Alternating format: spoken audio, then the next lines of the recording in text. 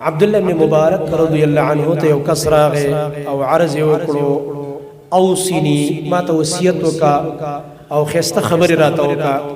هغه ورته وفرمایل یو ډېر یو څو قیمتي خبرې ورته وکړې وایي اترک فضول النظر توفق للخشوع.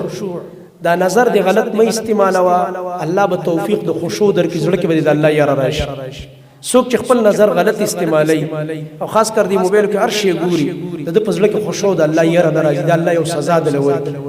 الله رب العالمین د دنه خشوع واخلي، نعوذ بالله من ذلک. او د مؤمنانو په صفت کې الله په کامیابی کې پهله صفت دا ذکر کړي، قد افلح المؤمنون الذين هم في صلاتهم خاشعون. کامیاب مؤمنان هغه دي چې په منځ کې خشوع په زړه کې د الله نه یریږي. او کله چې انسان نظر غلط استعمالوي د ده به خشوع ختمیږي. نو خپل نظر غلط مه استعمالوه، توفیق د خشوع به درته میلاو شي.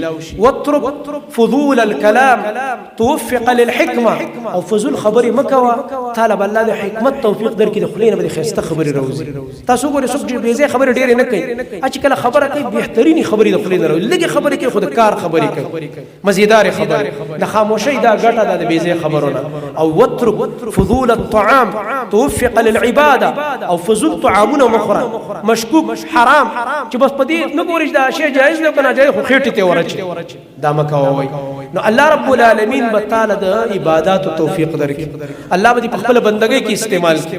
او بیا وفرمایل واترک التجسس على عیوب الناس توفق للاطلاع على عیوبک.